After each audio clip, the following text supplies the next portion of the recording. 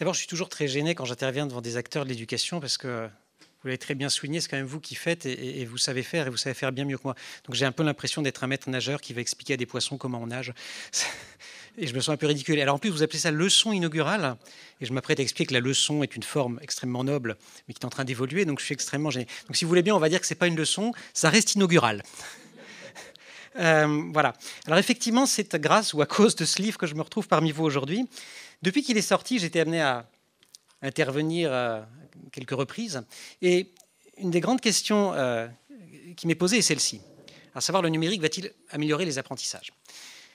C'est toujours très contrariant pour moi parce que c'est une question à laquelle je ne sais pas répondre. Raison pour laquelle, d'ailleurs, je la traite assez peu dans le livre. Et je vais essayer de vous dire pourquoi je ne sais pas y répondre. En fait, à chaque fois qu'une technologie apparaît, il y a des personnes qui se lèvent et qui disent « c'est génial, ça va révolutionner l'école ». Ça, c'est une photo qui a été prise à la fin des années 20 aux États-Unis. L'aéronautique est en train de se développer. Et il y a un type qui a une idée géniale. Il se dit, mais l'avion, on va mettre les enfants dans l'avion et ils vont apprendre la géographie. Ça va être tellement vivant. Si vous regardez la photo attentivement, c'est quand même assez drôle parce qu'ils ont juste reproduit la salle de classe. Jusque y compris le globe avec la petite baguette de la maîtresse. Moi, je suis à peu près persuadé que ce jour-là, il aurait mieux fallu faire cours à terre. Est-ce que vous imaginez le bruit qu'il devait y avoir en 1927 dans un avion au-dessus des États-Unis? Bon. Ce que je veux dire par là, c'est que si la pédagogie n'avance pas avec la technologie ou ne précède pas la technologie, ça n'a pas grand intérêt. Alors au moins, on pourrait se dire, d'accord, ça ne marche pas à tous les coups, il faut de la pédagogie, mais pour enseigner le numérique, on va utiliser le numérique. Ça tombe sous le sens. Je vous présente Tim Bell. Tim Bell, il n'a pas l'air, mais il est très sérieux. C'est un professeur d'université à Christchurch, en Nouvelle-Zélande, professeur en sciences informatiques. Tim Bell a inventé, et vous pouvez y accéder, toute une série d'activités accessibles de la maternelle au bac, l'équivalent du bac en Nouvelle-Zélande, pour enseigner les sciences informatiques, la pensée algorithmique aux enfants et aux adolescents sans ordinateur. Et donc ça s'appelle CS Unplugged, on ne le voit pas très bien, c'est en dessous de l'image, CS comme Computer Science, Unplugged comme quelque chose qui est débranché. Ce sont des jeux avec des dominos, on peut faire pour les petits, il y a des jeux dans la cour de récréation très amusants. Il n'y a pas d'ordinateur. Alors, pour comprendre ce qu'il y a dans le ventre de la machine, explique-t-il, il a même un jeu, vous l'aurez compris, avec des marionnettes. Le pire, c'est que ça marche. Voilà. Donc moi, je ne sais pas répondre à cette question, tout simplement parce que je pense que la technologie, c'est un outil, ce n'est pas une solution. Je ne suis pas tout à fait le seul à le penser. Ryan Craig, dont je vous reparlerai plus tard, le pense également. Mais ça, c'est une conviction extrêmement forte qui m'habite. Raison pour laquelle, donc, je ne sais pas répondre dans le vide, dans l'absolu, à la question de savoir si le numérique améliore les apprentissages. En revanche, la question qui m'occupe, c'est de savoir si l'école est prête pour le monde. Alors, pour le monde tout court, aujourd'hui, pour un monde numérique. D'ailleurs, il faut toujours se méfier de numérique quand on l'emploie comme substantif. Est-ce que vous êtes pour le progrès? Ah, je me demande. Bon, voilà. C'est le progrès technologique, le progrès politique, puis il faut définir les choses. Vous voyez ce que je veux dire? Être pour le numérique. Voilà. Donc là, en l'occurrence, on parle des technologies. Mais on est dans un monde qui aujourd'hui est habité par le numérique. L'école, quand on a commencé à l'organiser, on l'a organisée comme ça. Alors si j'avais envie d'essayer de vous faire rire, on est en fin de journée, la leçon a beau être inaugurale, la journée fut peut-être longue pour certaines et certains d'entre vous. Si je voulais vous faire rire, j'emprunterais, vous regardez parfois des conférences TED, vous voyez ce que c'est, ces conférences très vivantes, qui existent depuis assez longtemps, notamment aux États-Unis. Alors quand il y en a sur l'éducation, ils ont un truc infaillible, je vais le tenter, ils ont un truc infaillible pour vous expliquer que l'école, ça ne va pas. Ils vous disent, regardez, l'école, hier, c'était ça, aujourd'hui, c'est ça. Ça marche. Mais vous n'avez pas tous ri. Je pense que vous n'avez pas tous ri, d'abord parce qu'il y en a qui ne veulent pas me faire plaisir, et puis parce que vous savez que c'est aussi ça. Et que c'est plutôt le fait que ce soit ça qui nous interroge aujourd'hui. C'est-à-dire le fait que pour la première fois, l'élève n'en sait pas plus que l'enseignant. L'enseignant continue à être plus savant que l'élève. Mais l'élève a accès à la même bibliothèque universelle que l'enseignant. Et ça, c'est une vraie nouveauté.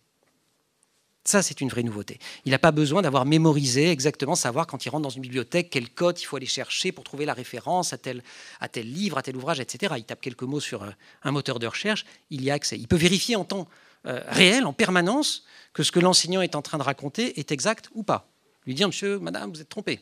Voilà. Ça, c'est nouveau. Pourquoi? Parce que tout le système a été fondé sur le fait que la personne qui est devant qui est devant les étudiants, devant les élèves, qui est sur l'estrade, en sait plus que les élèves. Ça reste vrai. Il en sait ou elle en sait toujours plus. Mais avant, on ne pouvait pas trop vérifier. On était un peu obligé de faire confiance. Voilà. Là, c'est cette confiance qui, aujourd'hui, est atteinte. Et ça, c'est une révolution extrêmement profonde. Révolution dont le système éducatif, en France en tout cas, aujourd'hui, ne tient pas complètement compte, pour le dire poliment. Système éducatif, si vous réussissez en France aujourd'hui, par exemple, vous allez vouloir devenir médecin. Faire de belles études pour devenir médecin. À la fin de la première année, vous allez passer un examen, vous savez, on appelle ça la PACES, la première année de médecine, et c'est un examen extrêmement dur. C'est un carnage, pour tout dire. 90% d'échecs, enfin bon, c'est monstrueux. Et on vous demande de répondre à ce genre de questions. Voilà. Alors si vous savez répondre, c'est formidable, vous devenez docteur. Et puis un jour, vous vous réveillez et vous dites « Ah, le métier a changé. C'est plus tout à fait la même histoire. » C'est embêtant. Pourquoi? Parce qu'on vous aura recruté, on vous aura sélectionné dans le vivier sur votre capacité à mémoriser, uniquement. C'est le vivier, ça ne veut pas dire qu'on ne vous apprend pas autre chose après. C'est long, les études de médecine. Heureusement, il n'y a pas que de la mémorisation, il y a beaucoup de pratiques. Bon. Mais le vivier, je parle du vivier dans lequel on pioche. La qualité première qu'on demande, c'est avant tout celle-ci.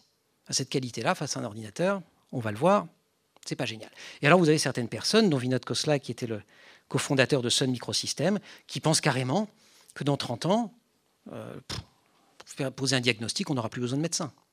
Je ne vous lis pas la citation en entier, hein, vous savez lire. Il dit par contre, pour la compassion, l'empathie, ah oui, là ce sera important, il faudra des gens.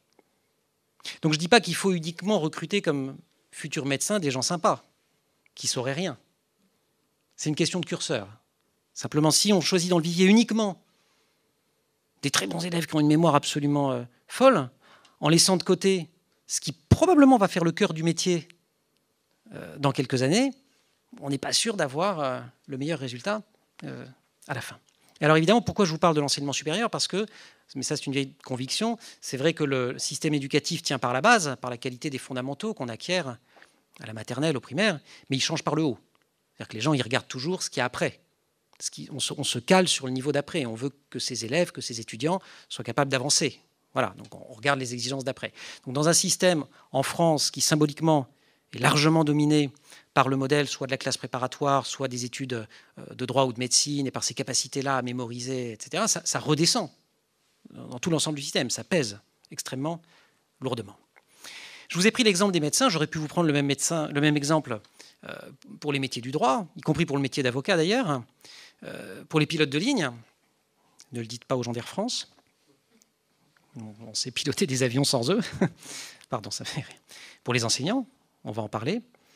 Et voilà, en fait, pour les journalistes aussi, mais c'est un exemple que j'aime pas du tout, je ne le mets pas. Ce que je veux dire par là, c'est que si on en croit une étude du département du travail américain, 65% des jeunes aujourd'hui exerceront un métier qui n'existe pas sous sa forme actuelle maintenant. Donc attention, ça ne veut pas dire qu'il y aura 65% de métiers nouveaux. Ça non, mais que 65% des jeunes exerceront des métiers qui n'existent pas sous leur forme actuelle aujourd'hui. C'est que les métiers auront changé. Évidemment, il y en aura quelques nouveaux, ils auront changé, et c'est là qu'il y aura de l'emploi. C'est pour ça qu'ils seront nombreux à les exercer. Peut-être que les Américains se trompent. Ce ne serait pas la première fois. Bon, mais, pardon. 65%, même s'ils se trompent de moitié, ça fait beaucoup quand même. Vous voyez ce que je veux dire? Est-ce que l'école prépare à ce monde? Moi, je partage, et c'est là-dessus que j'ai fondé mon travail, la conviction de Anant Agarwal, qui est professeur au MIT et qui a créé la plateforme de MOOC, les cours massifs en ligne, edX, à savoir que l'école n'est pas cassée, mais qu'elle est obsolète. Et si elle était seulement obsolète, ce serait beaucoup plus facile. Voilà, parce qu'on se dirait, bah mince, si elle était cassée, je veux dire, pardon, si elle était cassée, ce serait facile. Parce que quand quelque chose est cassé, on le répare. Mais elle n'est pas cassée, elle marche encore. Elle marche encore, elle est un peu vieille. Pourquoi vous voulez la changer? On a toujours fait comme ça. On peut continuer à faire comme ça quelques années de plus. Ça tient encore. Et il y a un consensus social en plus assez fort, notamment en France, mais pas seulement en France, finalement sur le mode de fonctionnement des systèmes éducatifs, en tout cas dans les pays développés. Il n'y a pas de manifestation en ce moment dans la rue, on ne vous fait pas des manifestations sur le thème « il faut changer l'école ». Samedi dernier, on faisait une manifestation sur le thème « il ne faut pas bouger ». Bon, je ne savais pas grand monde. Voilà. Mais vous n'avez pas des parents, des enseignants qui descendent en masse pour dire « changez-nous ce système ». Non. Ça, je pense que c'est une erreur de croire ça. Et pourquoi? Parce qu'elle continue à marcher. Elle n'est pas cassée. Simplement, ma conviction, c'est qu'elle n'est pas adaptée au monde qui vient. D'où elle vient, l'école? C'est normal qu'elle soit un peu obsolète. Parce qu'elle est aujourd'hui, en France en tout cas, à la fois le produit du siècle des Lumières, l'idée que la raison doit aider l'être humain à s'éloigner de la superstition. Elle est le produit, évidemment, de l'imprimerie, de Gutenberg, de la possibilité d'enfermer le savoir, mais surtout de le diffuser, en même temps de le contrôler un petit peu. De la révolution industrielle et des besoins en compétences nouveaux que cette révolution industrielle a suscité. Et puis, d'une certaine façon, des empires aussi, puisque on a diffusé des modèles éducatifs dans le monde entier. Pourquoi? Parce qu'on avait aussi besoin de communiquer, de commercer, de faire de la diplomatie dans le monde entier. Et pour ça, il fallait que les gens aient un bagage commun, minimal, à la fois linguistique, mathématique. Si vous voulez commercer, il faut être capable de faire à peu près les mêmes additions et les mêmes soustractions de par le monde, sinon ça ne marche pas. Et un accès à une culture commune. On l'a construit comme ça. Donc c'est très logique qu'après on arrive à ça. Je veux dire, c'est pas idiot. Une fois de plus, je ne crache pas sur ce système. Il est parfaitement cohérent dans cette logique-là. On dit, bon voilà, le monsieur va savoir, il va raconter. Ça permet de relier les êtres humains et d'avoir à partir de savoirs communs. Le problème, la nouveauté, ce qui change au milieu du XXe siècle, c'est évidemment l'apparition de l'informatique. Ça, c'est une photo c'est pas exactement le premier, mais c'est un des premiers gros ordinateurs dont on parle, l'ENIAC. On est juste après la Seconde Guerre mondiale. Et on invente cette grosse machine qui fait des calculs à une vitesse absolument faramineuse. 50 ans plus tard, moment extrêmement marquant pour un certain nombre de personnes qui s'intéressent à la fois à l'informatique et à l'intelligence artificielle. Pour la première fois, un grand champion du monde d'échecs, Garry Kasparov en l'occurrence, se fait battre par un ordinateur. Un ordinateur qui s'appelle Deep Blue, qui a été inventé par les ingénieurs d'IBM. Le lendemain, The Economist écrit « Si votre métier ressemble aux échecs, changez de métier ». Qu'est-ce qu'ils veulent dire? Alors, si votre métier, comme le métier de Garry Kasparov, il est compliqué le métier de Garry Kasparov. Vous imaginez, je ne sais pas si certains jouent aux échecs. Moi, déjà, quand j'arrive à prévoir le coup suivant, je suis content. Donc, eux, ils en prévoient 15 à l'avance. C'est un nombre de combinaisons absolument incroyable. Il faut avoir mémorisé un nombre de choses absolument incroyables. Il faut construire des stratégies. Ce n'est pas juste un métier. Il ne faut pas être un perroquet. Ce n'est pas que du par cœur, au sens bêta d'une table de multiplication. Oui, il faut la savoir par cœur. C'est-à-dire on automatise des tâches extraordinairement complexes. Voilà. Néanmoins, ces tâches extraordinairement complexes, dès lors qu'on peut les transformer en une routine informatique, il y a quand même de fortes chances pour que l'ordinateur les remplisse plus vite, mieux, sans faire grève, que des êtres humains. Alors IBM, depuis, ils jouent plus aux échecs, parce que c'est vrai qu'on peut les comprendre, comme ils gagnaient à tous les coups, ça devenait un petit peu lassant, mais ils ont continué leurs travaux sur l'intelligence artificielle. Actuellement, ils travaillent sur un projet qui s'appelle Watson. Et là encore, ils ont voulu confronter Watson à l'être humain et à l'intelligence humaine. Et malheureusement pour l'être humain, Watson a gagné à un jeu qui s'appelle Jeopardy. Je ne sais pas si certains ou certaines connaissent. C'est assez complexe, Jeopardy, parce qu'il faut déduire une question à partir de la réponse. C'est pas simple. Watson, en allant puiser dans des bases de données, en gros sur Internet, était capable de raisonner par induction et non plus par déduction. C'est un petit peu la nouveauté. C'est-à-dire qu'au jeu d'échecs, c'est de la déduction. Là, c'est de l'induction. Waouh! Ça ne va pas s'arrêter. Ça ne va pas s'arrêter, ça va même extrêmement vite.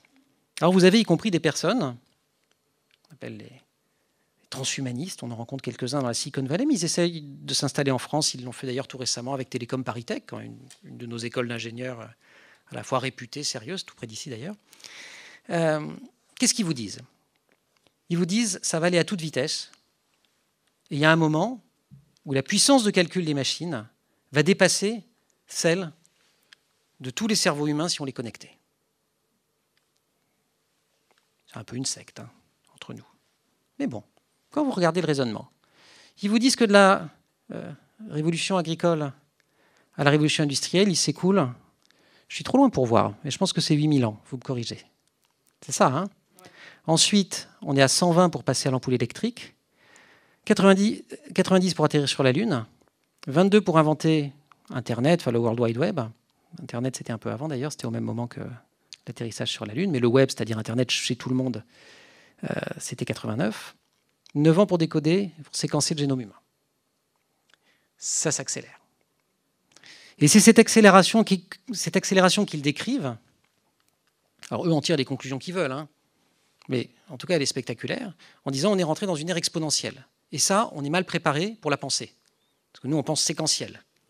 Et penser exponentielle, c'est pas évident. C'est quoi penser exponentielle? Il prend l'exemple, vous connaissez sans doute. Vous savez, l'invention du jeu d'échecs. On raconte c'est un petit garçon qui invente un jeu d'échecs pour un pharaon qui s'ennuyait. Il invente le jeu d'échecs, le pharaon dit je vais te couvrir d'or, ça y est, je ne m'ennuie plus. Le garçon dit non, je veux pas d'or, moi je veux du riz. Ah, bon, tu veux... Oui, je veux du riz, j'ai une famille. Bon. Et tu veux combien de riz? On va mettre simplement un grain de riz sur la première case de l'échiquier, on va doubler à chaque fois. Hein, vous savez, il y a 64 cases sur un échiquier. On se dit c'est pas beaucoup 64. Il y a un prof de maths qui a fait le calcul. Quand vous arrivez à la 64e, vous avez l'équivalent de 7 années de production mondiale de riz. 64 cases. 64 pas. Parce que ce n'est pas des pas. C'est qu'on fait x2 à chaque fois. Et donc, à un moment donné, quand vous arrivez... Au début, ça va 1, 2, 4, etc. Mais quand vous arrivez à 1 million, 10 millions, etc., x2, le changement va à une vitesse absolument faramineuse. Et donc, c'est ça qu'ils disent aujourd'hui. Ils disent attention. Alors, ils illustrent également la rapidité de calcul des processeurs. Alors, juste, ce n'est plus vraiment des processeurs, mais enfin bref, des ordinateurs, on va dire, pour le dire vite, répond à une courbe comme ça, exponentielle. Et donc, logiquement, on est en quoi, là? 2015, hein, ici. Voilà, on est à peu près au moment où... ah ben voilà, 2015. Où on atteint à peu près le cerveau, la puissance du cerveau d'une souris. Bon. Mais très, très vite, c'est là où c'est exponentiel, on va arriver au cerveau humain, etc., etc. Cette révolution-là qu'on est en train de vivre avec toutes les questions, évidemment, que ça va poser. Ce sont des questions vertigineuses, notamment au plan éthique.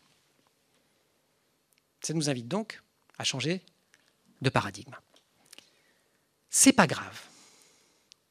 Ce que je veux dire par là, c'est que ce n'est pas la première fois dans l'histoire de l'humanité qu'il y a un changement, même un grand changement.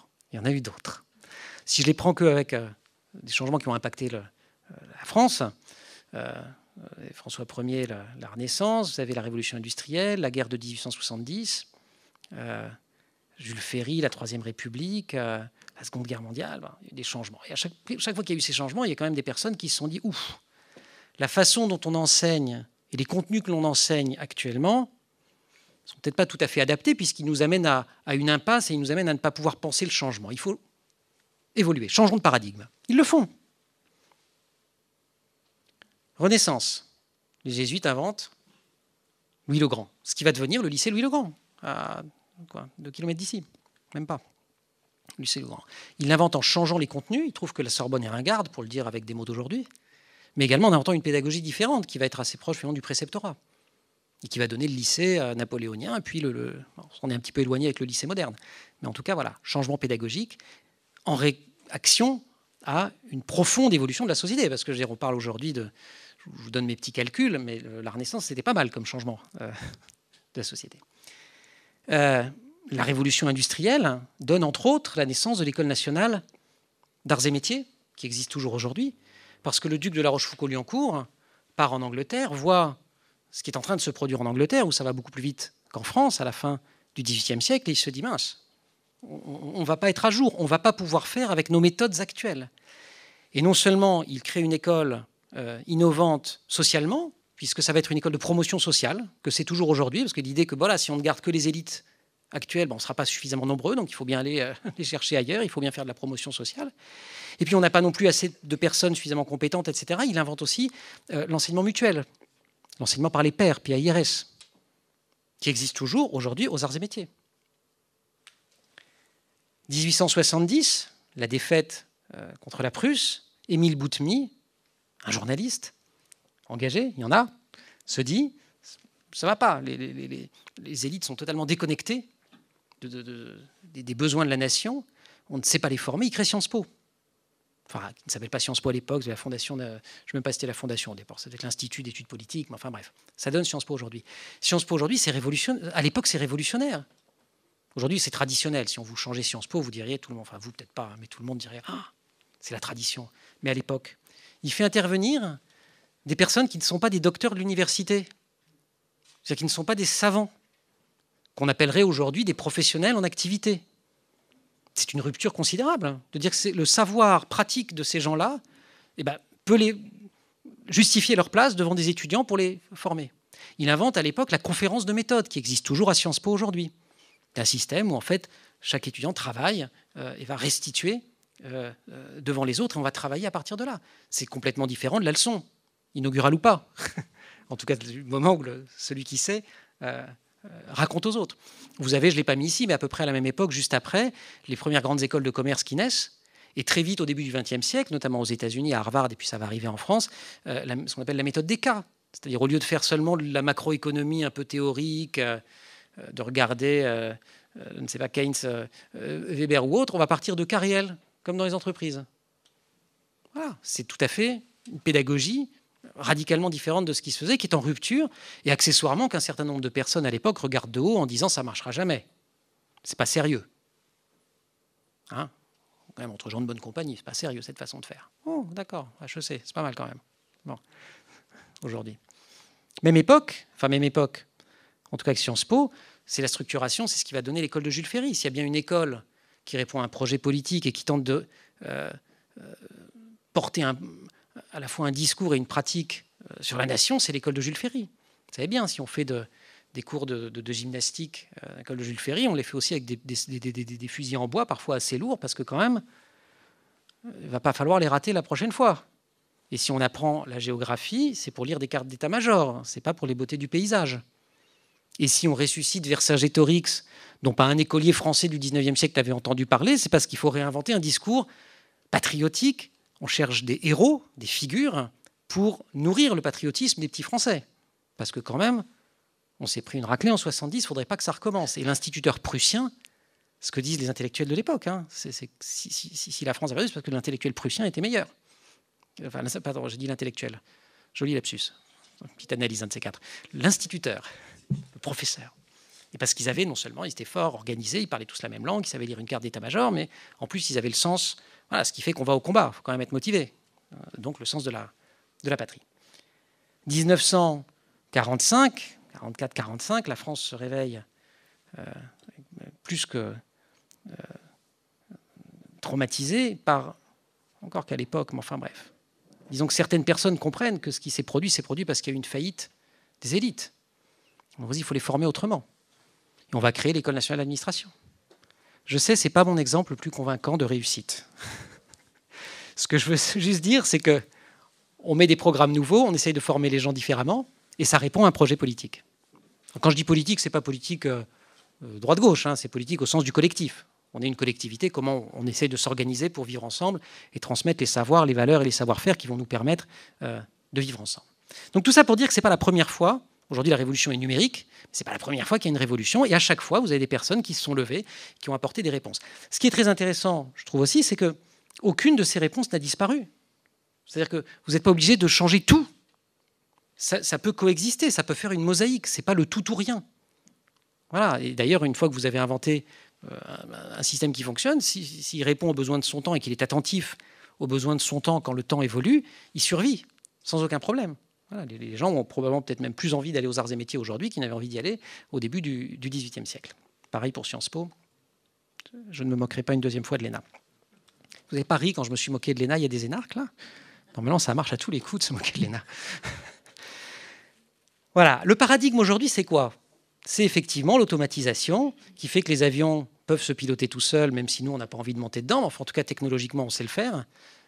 S'il y en a qui ont un peu peur en avion, vous fermez les oreilles avec ce que je vais dire là. Mais les autres, vous savez quand même que quand vous êtes dans un avion de ligne, sur la plupart des aéroports très modernes aujourd'hui, on est presque, enfin, le pilote reprend le manche généralement, mais il pourrait même ne quasiment pas le reprendre. Voilà, il peut vraiment le reprendre tout à fait à la fin de l'atterrissage. Voilà. Mais bon, on n'a pas envie. On veut bien monter dans des métros sans pilote, mais pas dans des avions. Bon, c'est une étrangeté. Évidemment, Emmanuel. La médecine, on en a déjà parlé. Les journalistes, ok, on a compris. Les anciens, les voitures. La voiture qui se conduit tout seul. problème du chauffeur de taxi, c'est pas de savoir la fiscalité du chauffeur Uber ou pas. Le problème, c'est de savoir s'il y aura toujours des taxis, quand même, le vrai problème de fond. Avec toutes les questions que ça entraîne, qui ne sont pas des questions technologiques. Quand on y réfléchit, c'est effectivement des questions fiscales, c'est des questions de défense de l'emploi d'une corporation, c'est des questions juridiques. Voilà, ce n'est pas qu'une question technologique. Donc la question, c'est de savoir comment on articule la machine et l'homme. Et alors Garry Kasparov, que j'aime bien, emploie la métaphore du centaure, en disant c'est un petit peu ça. C'est-à-dire que pendant très longtemps, ça a été le cheval, le meilleur ami de l'homme, qui nous a permis de commencer à cultiver, de développer les premiers villages, l'agriculture, etc. Et parce qu'on a réussi l'alliance entre l'homme et le cheval, l'humanité a pu progresser. Aujourd'hui, il faut une nouvelle alliance avec l'intelligence, et qui est avec l'intelligence artificielle. Alors que je traduis, je suis nul en maths, donc j'ai inventé une formule de base que tout le monde comprend. I et A, c'est pour intelligence artificielle. X, c'est l'inconnu, donc tout le monde, quoi. Enfin, c'est les uns et les autres. Donc la question, le paradigme, c'est ça. C'est l'articulation entre l'intelligence artificielle et l'être humain. Et la question est de savoir comment le système éducatif envisage cette articulation et comment il prépare les générations futures à se mouvoir dans un monde dans lequel, dans tous les secteurs, cette articulation nouvelle sera au cœur. Discuter avec des agriculteurs aujourd'hui, ils sont dans le numérique.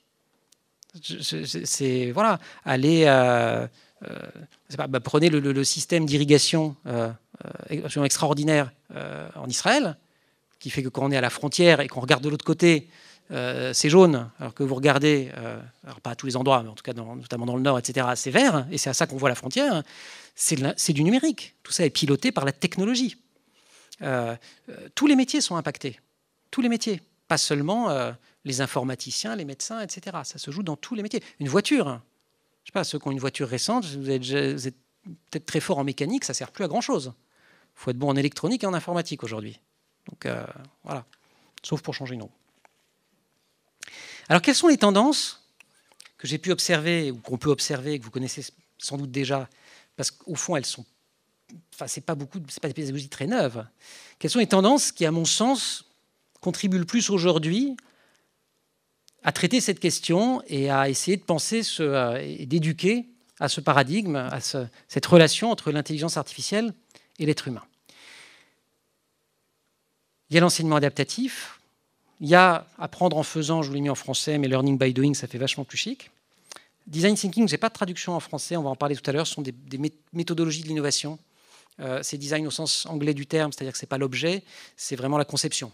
C'est comment on essaye de se mettre en mode de conception, l'apprentissage par les pairs, l'évaluation par les pairs, les jeux sérieux. Je commence avec le learning by doing, l'apprentissage par le faire. On voit se développer depuis une dizaine d'années dans le monde entier ce qu'on appelle des Fab Labs, des laboratoires de fabrication.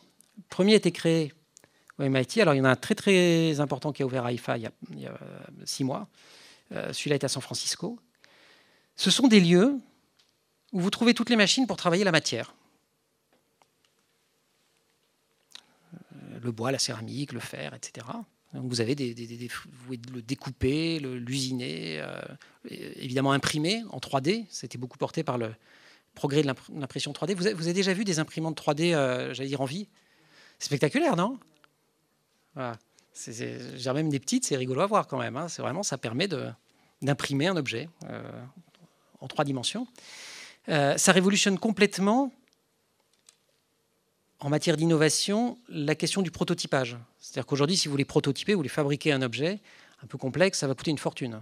Parce que vous allez le faire en un exemplaire unique et que ça coûte extrêmement cher. Avec les imprimantes 3D, vous pouvez, alors évidemment, vous n'avez pas la qualité le fini que vous auriez en passant par un professionnel, une usine, mais en tout cas, vous pouvez déjà avoir un effet de prise en main, vous pouvez commencer à regarder comment ça marche. Avec les enfants, vous pouvez faire des choses extraordinaires. Et alors, si vous avez déjà vu des enfants ou des adolescents regarder ce qui se passait quand une imprimante 3D imprime un objet, c'est juste extraordinaire. Ça brille. Voilà. Bon, généralement, quand ça brille là, ça aide pour la suite des événements. Voilà. Mais c'est vrai que c'est un effet extrêmement engageant. Pourquoi je commence par cet exemple-là? Parce que derrière, il y a quoi? D'abord, il y a la question de la matière. C'est-à-dire que ce monde numérique, ce n'est pas un monde de 1 et de 0 qui se balade. Je veux dire, notre monde à nous, c'est quand même d'abord un monde physique. Le chiffre d'affaires de l'industrie dans le monde reste supérieur au chiffre d'affaires du IT dans le monde. Donc on produit de la richesse en produisant des objets, c'est très important. J'y insiste parce qu'en France, pays, n'est-ce pas, des Lumières, un peu cartésien, intello, tout ce qu'on veut, les formations technologiques et a fortiori professionnelles ne sont pas forcément celles vers lesquelles on se dirige en premier. Or, d'abord, c'est un territoire d'une grande noblesse et il y a plein de choses à faire aujourd'hui, très modernes, très dynamiques. Donc moi, je crois beaucoup que cette logique-là, alors en plus, c'est une logique collaborative dans les Fab Labs.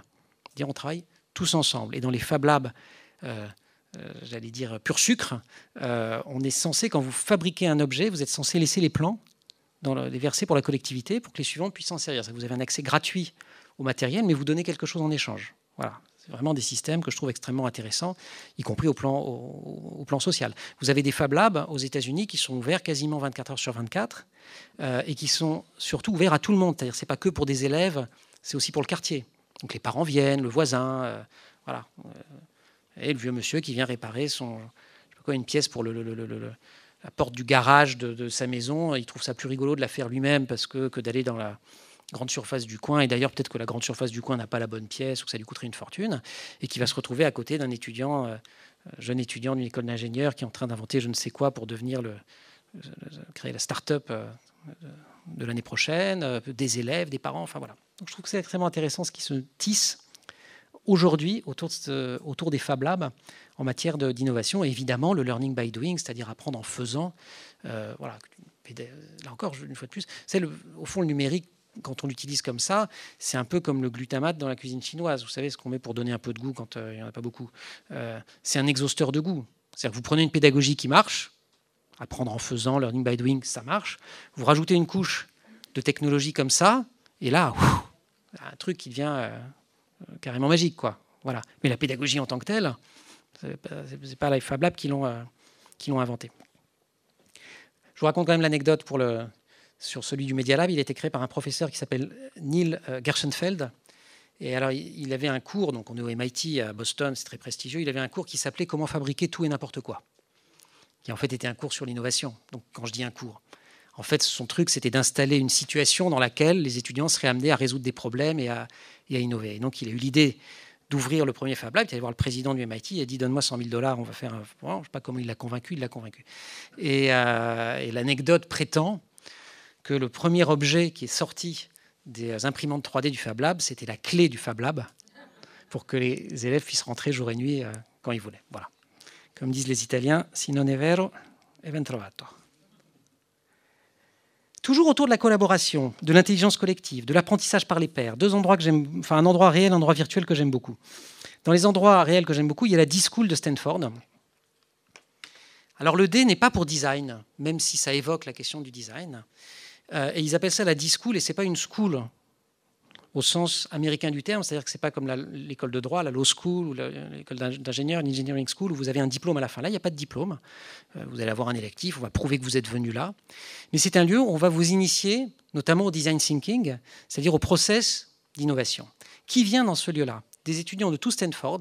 Donc vous avez là, cherchez en France. Alors on essaye d'en ouvrir un peu, mais sinon, ça n'existe pas. Vous allez avoir des futurs médecins, des futurs politologues, des futurs ingénieurs, des futurs marketeurs, des futurs philosophes, ethnologues, etc. Des gens différents au même endroit. Comme dans la société entre nous, mais à l'école, il ne faut pas se mélanger. Voilà, dans l'enseignement supérieur. Mais là, on se mélange. Et ils vont essayer de résoudre des problèmes ensemble, de confronter des vocabulaires et des méthodologies qui sont probablement tous de très haut niveau, mais qui s'exercent dans des champs différents. Il y a une anecdote qui raconte souvent quand on visite. C'est un ingénieur qui a fait la visite, qui était un des fondateurs de la D-School, et qui dit on a un petit exercice qu'on fait faire pour que les étudiants fassent connaissance, c'est qu'on donne un avion en Lego à un groupe et on lui demande d'écrire le mode d'emploi. Et ensuite, on brise l'avion, on donne les pièces au groupe avec le mode d'emploi, et un autre groupe est censé fabriquer le truc. Et il dit une fois sur deux, quand dans le premier groupe, celui qui écrit le mode d'emploi, il y a une majorité d'ingénieurs, c'est super bien fait, mais nulle part ils écrivent qu'à la fin ça doit faire un avion.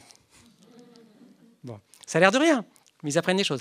Ils ont inventé comme ça une couveuse pour des femmes au Népal qui habitent loin des dispensaires. Et quand il y a des grands prématurés qui naissent, vous savez, il faut garder à température en France, ou dans les pays développés, c'est pas compliqué. C'est compliqué. Mais bref, on les met dans des couveuses en tout cas. Voilà. Et là, il faut vraiment garder à température. Comment on fait quand il y a 2 heures de marche, qu'on ne peut même pas les faire à dos de mule ou je ne sais quoi pour arriver au premier dispensaire. Et donc, à la D-School, ils sont bons, hein, c'est à Stanford, hein, donc c'est la première université mondiale quand même. Et ils avaient inventé un système technologiquement parfait. Une poche ventrale pour les mamans, avec un système de velcro, etc., dans laquelle on met le nourrisson, et ça reste à température. Et, enfin, ils avaient évidemment prévu des petits trous pour que le nourrisson respire. Pas complètement idiots, ils se sont dit, ouais, il faut qu'ils vivent. Ils ont fait ça. Ils sont allés au Népal pour présenter le résultat de ce travail aux femmes népalaises. Les Népalaises ont vu le truc, elles ont dit, mais il va mourir. Ils ont dit, non, regardez, on a mis des trous, il va mourir, on s'en servira jamais. Ils sont revenus, ils ont réfléchi et ils ont refait la même, mais avec une fenêtre. Souple, hein, en plastique évidemment, mais qui permet de voir. Ils n'ont pas changé les petits trous pour la respiration. Hein. Ils sont retournés au Népal. Ah, ben vous voyez, quand vous voulez, vous y arrivez. Hein. Voilà. C'est ça qu'ils apprennent. Oh, qu'est-ce qu'ils apprennent? Ils apprennent à écouter les gens. Alors, si vous le voyez dans une perspective très consumériste, et là encore avec les Américains on peut faire confiance, évidemment c'est une perspective très très marketing, c'est écouter le consommateur. C'est ça qu'ils apprennent au fond. Hein, parce qu'après avoir inventé des poches ventrales pour femmes népalaises, ils vont inventer des produits qu'on doit acheter dans le monde entier. Mais pas tous. Et ils ont appris entre-temps à travailler ensemble et à écouter les autres, à écouter leurs besoins. Voilà, à ne pas être dans une posture de je sais tout et je vous l'impose. Un autre endroit que j'aime beaucoup, qui est un endroit virtuel, c'est Foldit. J'ai oublié de vous dire au début que si vous vouliez m'interrompre, vous pouviez. Mais en fait, parce que je le dis, mais en fait, comme j'aime pas tant que ça, au fond, parfois j'oublie de le dire. En fait, vous savez, les Américains disent toujours « feel free to interrupt ». Puis quand vous levez la main, ils vous fusillent du regard. Donc je me dis... Non, mais à part ça, sérieusement, vous avez le droit. Hein, si des moments où c'est pas clair. Voilà. Foldit, j'aime beaucoup. C'est un site qui a été créé en 2008, si mes souvenirs sont bons, par des chercheurs qui échouaient à replier une protéine. Et c'est très important de réussir à la replier dans le cadre d'une recherche d'un traitement contre le sida. Pardon. Alors, ils ne sont pas idiots, c'est des grands savants, ils savent qu'on a inventé l'ordinateur. Donc, ils ont cherché des algorithmes qui permettent de replier leur protéine. Mais c'est trop irrégulier comme structure, ils n'y arrivaient pas. Ils ont soumis le problème aux gens. Vous et moi, enfin vous si vous aimez jouer à ce genre de jeu, moi pas tellement, mais enfin bref. 9000 personnes ont joué pendant 3 semaines. En 3 semaines, elle était repliée. Donc ça faisait des années qu'ils butaient dessus. Depuis, ils continuent à soumettre, comme sous forme de jeu quasiment, hein, ces systèmes à replier à la collectivité, et la science avance. Voilà. Et elle avance avec des gens qui n'ont pas, certains ont des diplômes, mais je veux dire, ils n'ont pas du tout le niveau du chercheur qui normalement résout ce genre de problème, l'intelligence collective. Et là, pour le coup, de l'être humain. Appuyé sur des algorithmes, mais quand même, voilà, là encore, IA plus X. En gros, avec plein de cerveaux humains, on est quand même plus intelligent qu'avec un cerveau. D'ailleurs, pour garder mon exemple de Kasparov, aujourd'hui, si un ordinateur extrêmement puissant du type de Deep Blue continue à battre les meilleurs champions d'échecs, si vous donnez l'ordinateur à un être humain, bon, pas moi, hein, mais un champion d'échecs, là, il va battre l'autre ordinateur. Vous voyez ce que je veux dire? L'ordinateur contre un ordinateur plus un être humain, l'être humain fait encore la différence.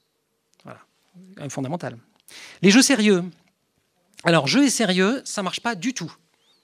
Et ça, je l'ai testé plein de fois devant des élèves, des étudiants, etc. C'est-à-dire que si vous dites jeu, c'est pas sérieux.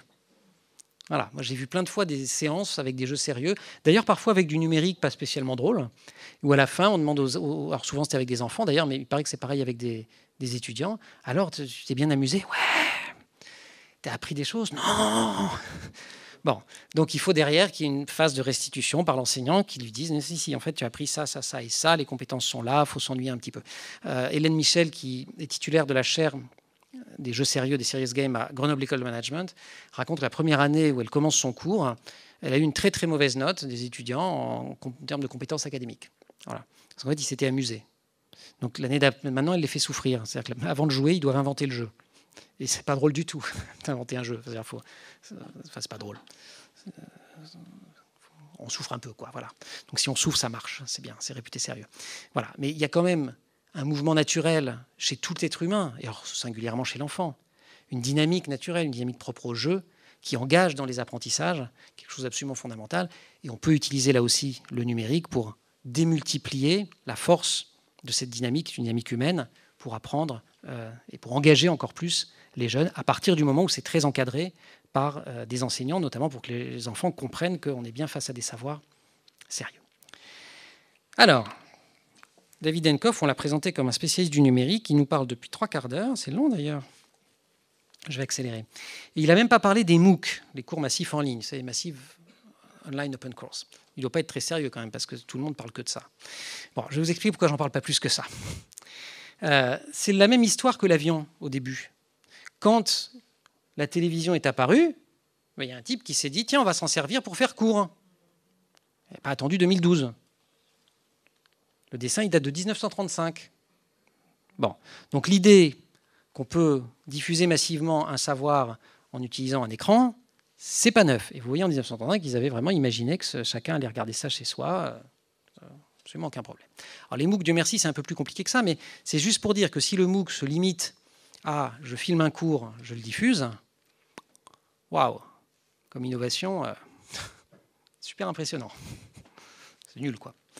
Voilà. Heureusement, le MOOC est un peu plus compliqué que ça, notamment parce qu'il permet l'interaction au sein de la collectivité des élèves ou des étudiants, parce qu'il permet des retours extrêmement rapides avec les enseignants, et également parce qu'il est collaboratif. Voilà. Je vous raconte juste l'anecdote, parce que je la trouve toujours très drôle. C'est Anand Agarwal, dont je vous citais tout à l'heure, qui est le cofondateur d'EDX, grosse plateforme de MOOC, Harvard MIT, aux États-Unis, qui raconte le premier cours qui a été mis en ligne sur edX, qui est un cours sur les circuits électriques. Donc d'abord, il a 150 000 étudiants inscrits. Donc il met sur le pied de guerre toute son équipe parce qu'il dit 1000 étudiants, déjà on a du mal, mais alors 150 000, je ne sais pas comment on va faire. La diffusion du cours commence. Et donc ils sont tous censés pouvoir communiquer. Ils ont promis de l'interactivité donc sur les forums pour répondre aux questions des jeunes, etc. Ça commence en plus apparemment, donc j'ignore, à 2h du matin, heure de la côte est des États-Unis, parce qu'ils avaient dû choisir un fuseau horaire pratique au niveau international. Au bout de quelques minutes, c'est lui qui raconte, hein, au bout de quelques minutes, une première question qui arrive en provenance du Pakistan. Il se dit, je vais répondre à la question, c'est pas bien. Mais il commence à peine à taper sa réponse, qu'il y a un type en Afrique qui envoie sa propre réponse. Hein, quand je dis un type, un autre étudiant. Il regarde la deuxième réponse, il dit, attends, avant de faire ma réponse à moi, je vais quand même intégrer la réponse de l'Africain, parce que comme ça, je réponds qu'une fois. Il a à peine le temps de se le dire qu'un Américain, etc., etc., etc. Il dit à un moment donné, j'ai enlevé les mains du clavier, j'ai regardé l'écran, et à 4h du matin, j'ai tapé « bonne réponse ». Bon. Ça ne fait pas de l'enseignant quelqu'un qui ne sait rien. Ça ne fait pas de l'enseignant quelqu'un qui ne doit pas travailler pour faire son cours, parce que le cours, il l'a fait. Donc en termes d'ingénierie, d'abord de savoir tout court, et ensuite de capacité à construire une progression didactique, de la séquencer, de suivre les étudiants, etc., toute l'exigence associée aujourd'hui au statut d'enseignant-chercheur à l'université ou d'enseignant au secondaire est restée, c'est intact. Ça a rajouté une couche de plus. Voilà. Je dis ça pour ceux qui disent oui, mais on ne veut pas se transformer en tuteur ou en accompagnateur. C'est bien plus que du tutorat. Le cours, il faut le faire. Voilà. C'est simplement à un moment donné de la diffusion, au lieu de faire le fier comme dans une leçon inaugurale, on est tout seul à parler devant tout le monde. Voilà, on a enregistré et on appuie sur le bouton. Voilà, donc c'est peut-être moins bon pour le narcissisme, mais en tout cas en termes de rapport à la science, au savoir et en termes de diffusion, ça ne change vraiment pas grand-chose. Je pense même que c'est plutôt plus compliqué. Alors comment on l'utilise? Vous l'avez cité en introduction, notamment dans le cadre de la classe inversée. Et donc là encore, dans les pédagogies que je trouve extrêmement intéressantes aujourd'hui, alors la classe inversée, c'est pas nouveau. Ça fait belle lurette que des enseignants disent aux étudiants, voire aux élèves, lisez tel livre ou lisez tel cours ou tel polycopier avant la séance, et puis on en parlera pendant la séance. Bon, les élèves ne le font pas, c'est un autre débat, mais on leur dit de le faire. On essaie de dialoguer avec eux.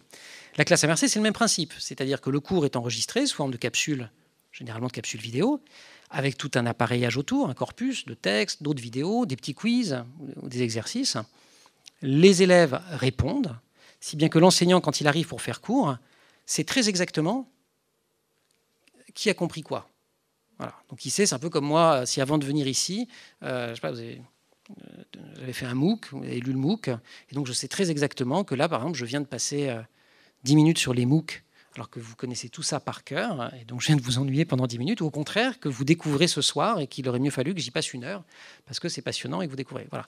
Donc ça permet quand même de personnaliser ce que l'on transmet, de l'adapter, de l'individualiser de manière extraordinaire. Et on peut aller très loin dans cette individualisation, parce que vous pouvez recueillir des données sur la façon d'apprendre de milliers, de centaines de milliers, de millions d'étudiants, potentiellement. Voilà. Donc ça, c'est l'enseignement adaptatif, c'est la phase d'après la classe inversée.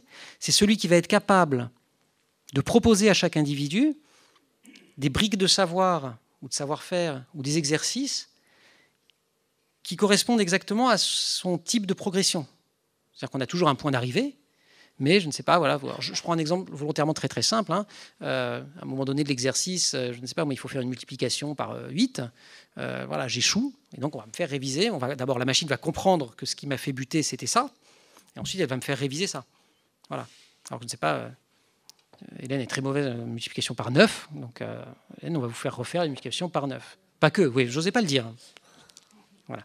Bon, c'est évidemment beaucoup plus complexe que ce que je vous dis là, notamment au plan des algorithmes qui développent, etc. Mais c'est cette idée-là, cette idée qu'on peut aider chacun à progresser dans les savoirs pour arriver à un même objectif, mais chacun à la fois à son rythme et en adaptant les exercices qu'on va donner. Adaptive technology, voilà, je l'ai dit. Alors évidemment, tout ça se développe beaucoup dans la Silicon Valley. Je vais passer assez rapidement là-dessus, simplement pour dire que, alors moi, c'est effectivement ce qui m'avait donné l'idée et l'envie de faire ce livre, c'était de découvrir là-bas, il y a maintenant quelques années, cette efflorescence de start-up et parfois pas de start-up sur le domaine de l'éducation. Ils sont en train de chercher des réponses. Ils s'y mettent à beaucoup, ils sont plutôt intelligents, ils ont de l'argent. En 2014, l'écosystème des start-up technologie de l'éducation aux États-Unis a levé $1 milliard. Voilà, je n'ai pas les chiffres 2015 par définition, mais je pense que c'est voilà, là aussi, ça va être exponentiel. C'est des sommes assez considérables. LinkedIn a investi, je crois, $1,5 milliard pour acheter Lynda, qui est un système, une plateforme de cours en ligne. On arrive dans des sommes, voilà. Bon, c'est pas de l'argent pour de l'argent. Derrière, ça leur permet de rémunérer des intelligences qui viennent du monde entier pour essayer de trouver la pierre philosophale qui serait la technologie, entre guillemets, disruptive, comme ils disent là-bas, c'est-à-dire la technologie de rupture, qui permettrait de réinventer l'éducation. S'ils y arrivent, ça va arriver jusqu'ici.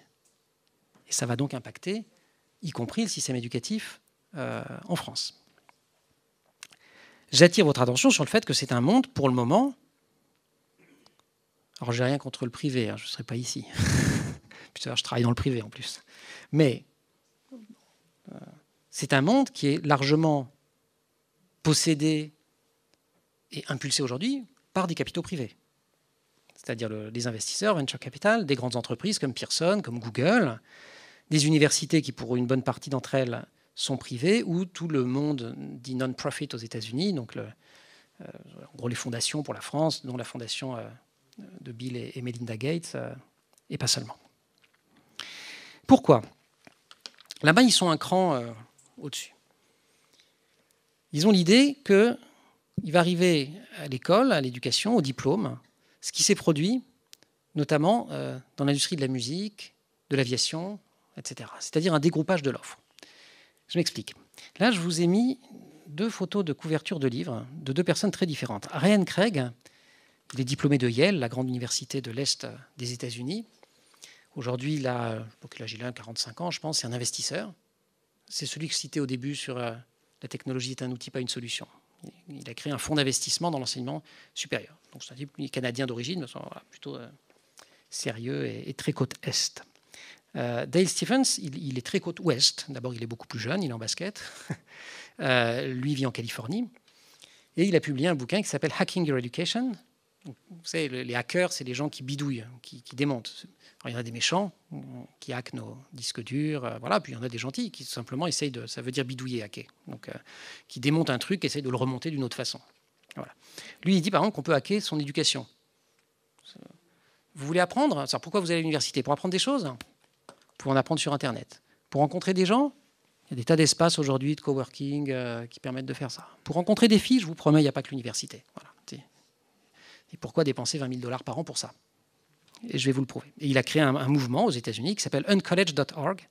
Donc ce serait la traduction, ce serait le A privatif, A université, quoi, ou non-université, je ne sais pas comment le dire, qui essaie de se développer, qui essaie d'aider les gens qui veulent se faire des portefeuilles de compétences sans passer par les systèmes installées, les universités installées.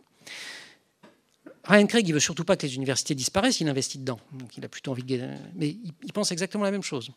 C'est-à-dire que lui dit que demain, les universités vendront des briques, des morceaux de diplômes, et que chacun va composer son futur CV individuellement, sur mesure, à partir de ces briques-là, et qu'ensuite, sur des places de marché du type LinkedIn, typiquement, le réseau social professionnel, s'organisera la rencontre entre les besoins des entreprises et les profils des gens.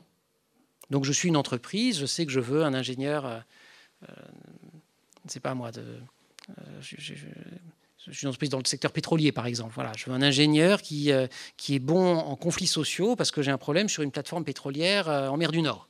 Voilà. Donc je tape conflits sociaux, pétrole, parce qu'il faut quand même qu'ils s'y connaissent en pétrole, je sais pas, il faut qu'ils parlent anglais, etc., etc. Et on va chercher dans la base de données des gens qui correspondent à ce profil-là. Les gens en question pouvaient être du même pays que la compagnie pétrolière, mais ils peuvent aussi habiter à l'autre bout du monde, c'est pas un drame. Voilà. Donc ils pensent qu'on va vers ce dégroupage complet de l'offre. Ils pensent aussi qu'on va la commercialiser de cette façon-là. C'est-à-dire qu'au lieu de vous vendre le diplôme 20 000 ou 50 000 $ par an, avec la belle estampille Harvard, Princeton ou que sais-je à la fin, on va vous vendre des petites briques. Voilà, un petit peu comme quand, je sais pas, les compagnies d'aviation, on vous séquence les choses aussi. Vous n'avez pas envie de manger, bah, c'est pas grave, payez moins. À la fin, on paye, je ne sais pas comment, je paye toujours autant, mais bon, bref. En principe, c'est dégroupé. Et c'est ça, unbundling, ça veut dire ça, c'est le dégroupage. Avec voilà, cette idée qu'on va vendre sur des places de marché du type de LinkedIn. Et LinkedIn, aujourd'hui, a créé un système qui s'appelle University. Alors, vous avez dit gentiment que j'étais directeur de la rédaction de l'Étudiant, ce qui est vrai techniquement pour encore un mois. Mais dans un mois, je vais changer d'employeur. C'est un scoop. Je l'aurais appris aujourd'hui à mes troupes. Je suis un peu ému pour tout vous dire. Mais alors, un de mes grands soulagements, c'est que University, ça me terrorisait comme directeur de la rédaction de l'Étudiant. Pourquoi ? Parce que c'est un système dans lequel vous dites je veux travailler à tel endroit, dans tel secteur, je sais pas, par exemple dans la communication. À l'intérieur, je veux faire tel type de métier. Voire, je veux travailler dans telle entreprise. Et en puisant dans la base de données de LinkedIn, il vous sort le profil des gens qui font ça aujourd'hui. En gros, ils vous disent, voilà, avec tel parcours, ça marche. Et en plus, ils vous mettent en relation avec eux. Vous voyez le problème pour l'étudiant. Hein, c'est ennuyeux. J'ai raison de partir. Hein, oui, j'ai raison de partir. Bon. Non, mais c'est énorme en termes d'orientation. Et évidemment, vous pouvez ajouter à ça, si vous mixez ça, et c'est ce que LinkedIn est en train de faire, hein, en ayant racheté une plateforme de contenu, si vous mixez ça avec une capacité à délivrer des certificats de diplôme, des bouts de diplôme, sous forme de MOOC ou autre, vous reconfigurez quand même significativement le fonctionnement du système. Voilà. Alors, ce que dit Ryan Craig, et moi je pense que alors ça s'adapte encore plus à la France qu'aux États-Unis, il dit les grandes marques, Harvard, Yale, je sais pas, chez nous, Polytechnique, etc., ça ne bougera pas. Je veux dire, c'est le saut. Enfin, d'abord, il y a des traditions nationales, des traditions familiales, tu feras Polytechnique, mon fils, enfin, moi, etc.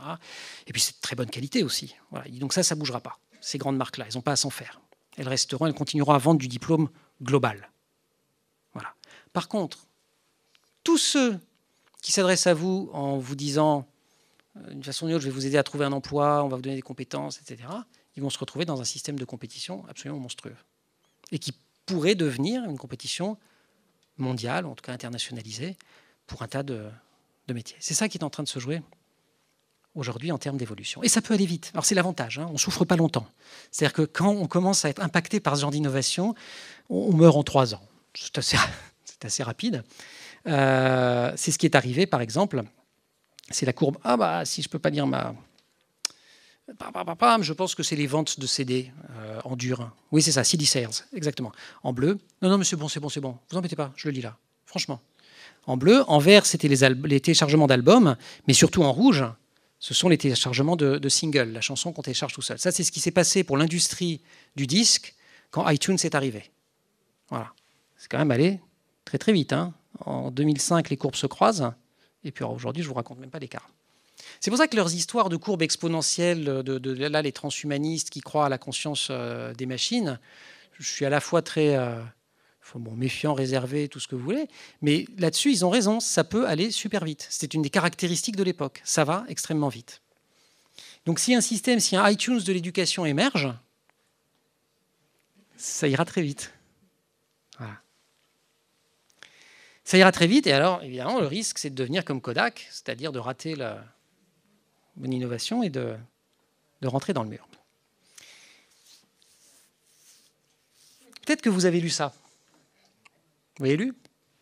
Moi aussi. C'est vrai. Mais ce n'est pas que vrai. Il y en a beaucoup plus qui mettent leurs enfants dans des écoles comme ça. Ça, c'est une image de la Palo Alto, vous savez lire, high school. C'est à Palo Alto, c'est donc à Stanford, c'est juste de l'autre côté de l'autoroute.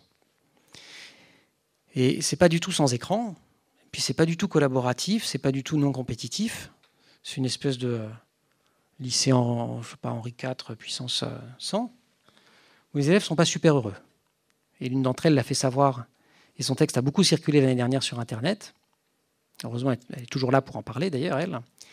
Elle a écrit ce texte qui décrit les ravages de ce système hyper concurrentiel et qui pèse sur les enfants, les adolescents. Elle a écrit ce texte qui aurait pu être écrit par certains en France, entre nous. Bon. Elle a écrit ce texte parce qu'elle était bouleversée, parce qu'il y a eu plusieurs cas de suicide dans son école. Il y a même Le Monde a fait un papier à l'époque. Voilà. Donc ça, c'est juste pour poser, tous les cadres de la Silicon Valley ne mettent pas leurs enfants dans une école sans écran. C'est même une minorité qui le fait. Mais ils existent. Regardons cette école. Ah, on va la regarder. Pourquoi ils font ça? Parce qu'ils se souviennent qu'il y a une partie, parce que vous savez, les parties d'échecs, il y a plusieurs matchs. Enfin, plutôt les matchs, il y a plusieurs parties. Et Garry Kasparov, contre Deep Blue, avait gagné une partie. En tout cas, Deep Blue avait abandonné. Et à l'époque, personne n'avait compris pourquoi. Et tout le monde a dit, c'est Deep Blue qui a bugué. Les ingénieurs d'IBM sont des imbéciles. Des années après, on a découvert que non. Et que dans la position des pièces sur l'échiquier, dans la position de Deep Blue, il y avait une faille. Et donc Deep Blue, qui calculait 15, 20, je ne sais pas combien de coups à l'avance, avait vu sa propre faille. C'est une machine. On lui a dit, si tu as une faille, tu abandonnes. Deep Blue avait abandonné. Deep Blue a perdu un match que n'importe quel être humain aurait gagné. Enfin, n'importe quel être humain comme Garry Kasparov, mais vous voyez ce que je veux dire. L'être humain, il se serait dit, OK, peut-être que l'autre, il n'a pas vu la faille. C'est quand même compliqué. Je vais tenter ma chance. Il y a un tas de choses aujourd'hui encore qu'une machine ne sait pas faire. On l'a dit. Avoir des idées, donner du sens, innover, l'empathie, la créativité. C'est ça que viennent chercher un certain nombre de cadres de la Silicon Valley, du moins c'est ce qu'ils essayent d'offrir à leurs enfants, dans cette école qui avait fait l'objet d'un article dans le New York Times, et c'est pour ça qu'aujourd'hui tout le monde croit que tous les cadres de la Silicon Valley mettent leurs enfants dans une école sans écran, qui est une école Waldorf. Waldorf, c'est Steiner. Donc là encore, on n'est pas dans de l'innovation. On est dans une vieille pédagogie, qui est une pédagogie qui laisse beaucoup de place à l'épanouissement de l'enfant, à la créativité, au rythme de l'enfant. Tous les matins, on fait de l'eurythmie. Vous savez, c'est une sorte de danse, on chante en même temps, je ne vous le ferai pas. Enfin bref. Et à 13 ans, ils mettent quand même des écrans. Parce qu'ils ne sont pas idiots, ils se sont rendus compte que ça pouvait servir à quelque chose, à l'âge de 13 ans. Voilà. C'est là. Donc ça prouve bien, qu'est-ce qu'ils veulent, au fond, moi, ma conviction. Ils se disent, OK, mémorisation, automatisation, machin, de toute façon, les machines vont s'en charger. En revanche, créativité, empathie, épanouissement, ça, elles ne vont pas savoir. Si on a envie que nos enfants fassent le même métier que nous, c'est-à-dire inventent le monde de demain au lieu d'en être les victimes, il vaut mieux qu'ils aillent là. Donc, quelque part, ils les mettent là pour que leurs enfants fassent le même métier qu'eux. C'est comme un médecin qui met ses gamins en médecine. Vous voyez ce que je veux dire? Voilà. Ils se rendent bien compte que ce sont ces pédagogies-là, cette grande famille de pédagogie, mais qui travaillent sur l'humain et sur la créativité, sur le faire ensemble, qui font rentrer également le corps dans le paysage, qui vont nous distinguer de la machine. Ça existe. Ça existe. Ça, ce sont des images que j'ai prises exclusivement en France. Alors plutôt dans l'enseignement supérieur, mais j'aurais pu le faire également dans des écoles primaires. Alors maternelle, c'est facile. La maternelle, je ne sais pas si vous avez remarqué, mais il y a tout ce que je vous ai dit. La créativité, le corps, les fondamentaux. Quand même, on va se préparer à apprendre à lire, à écrire, à compter. Le faire ensemble, le jeu, le respect des rythmes. Ça marche très bien, hein, la maternelle. Voilà. C'est juste à partir du CP, et puis alors ensuite en 6e, et puis après, on va tout désapprendre. On va dire non, en fait, il faut se battre. Voilà. Mais c'est rigolo, hein, la pédagogie de la maternelle. Je fais un papier il n'y a pas longtemps en disant qu'il fallait appliquer la pédagogie de la maternelle jusqu'aux grandes écoles. Ceci dit, à partir du moment où on arrive dans un certain nombre de niveaux de l'enseignement supérieur, ou quand subitement on a l'idée, qui à mon sens est plutôt une bonne idée, de quitter la voie, enfin pour certains élèves en tout cas, de quitter la voie générale, et il y a des élèves qui s'épanouissent merveilleusement dans l'enseignement technologique, dans l'enseignement professionnel, parce qu'ils rencontrent aussi des pédagogies différentes. Voilà, tiens, subitement, En fait, il était bon élève, celui-là. Ben ouais, c'est juste, on n'est pas tous faits sur le même moule. Voilà. Lui, il s'épanouit comme ça. Ça existe.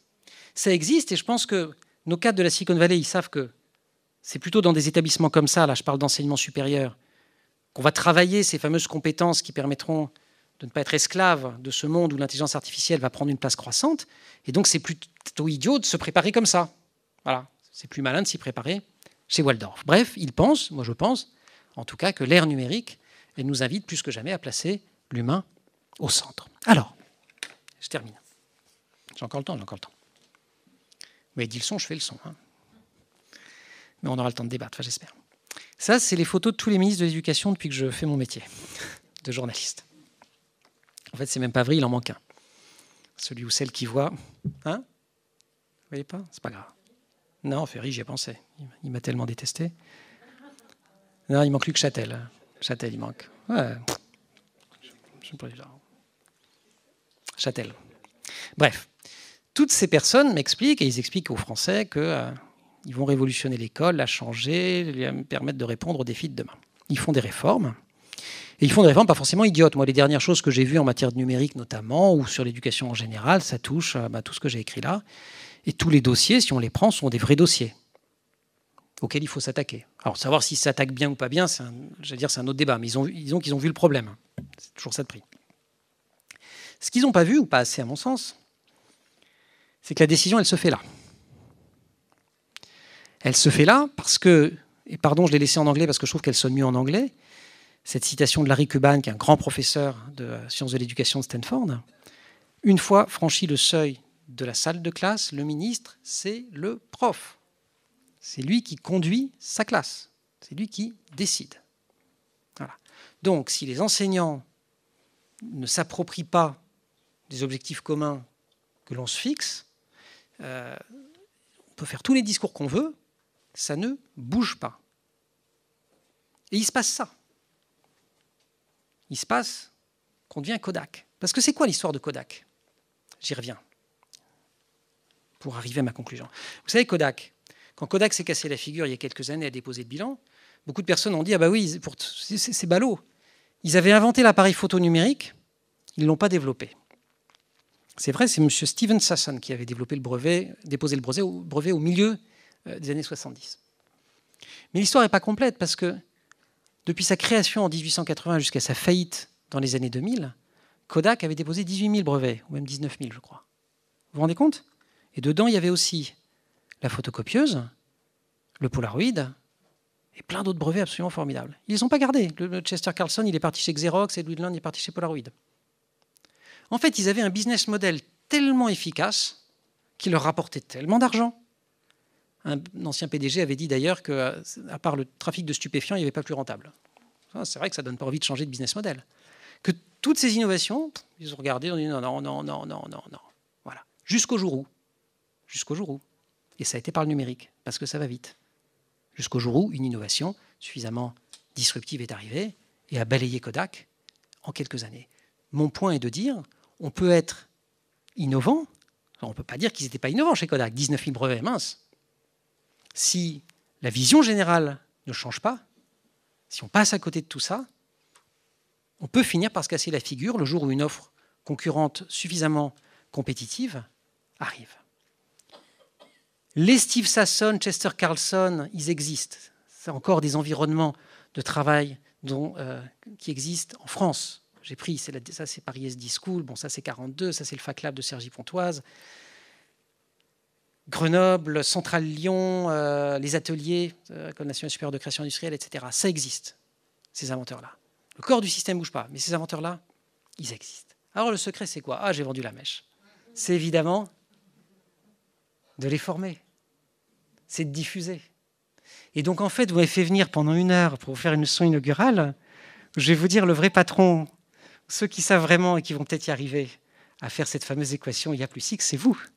C'est pas moi, donc je vais vous laisser poursuivre l'année. Hein? On est d'accord, hein? Bon, mais j'y crois profondément, au-delà de ce petit clin d'œil amical, j'y crois profondément. C'est-à-dire que la question de la diffusion, la question de la formation, elle est absolument centrale. Et aujourd'hui, c'est la clé, j'en vois pas d'autre. Et c'est ce qui permet de transformer un tsunami qui peut être, un événement météorologique assez désagréable, en une vague sur laquelle on peut surfer, qui éventuellement, si elle tombe sur la tête de personnes, va régénérer la nature. Vous savez qu'il y a toute une mythologie autour de la vague régénératrice, notamment en Asie, autour du tsunami. Et ça, c'est une image que j'aime beaucoup, la vague de l'innovation, faite par un inspecteur d'éducation qui s'appelle François Muller. Il a inspecté plein de salles et il a dit, à chaque fois, j'ai gardé des petites vignettes d'enseignants ou d'écoles qui faisaient des choses bien.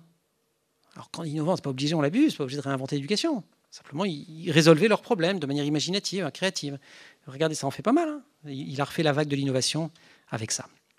Voilà, tout ça pour vous dire que vous m'avez fait venir pour parler d'un livre qui s'appelle Le tsunami numérique, et que si j'avais été parfaitement honnête dès le départ, je l'aurais intitulé La conversion pédagogique, mais vous ne m'auriez peut-être pas fait venir parce que le titre était moins bon. Je vous remercie et je vous souhaite une belle année.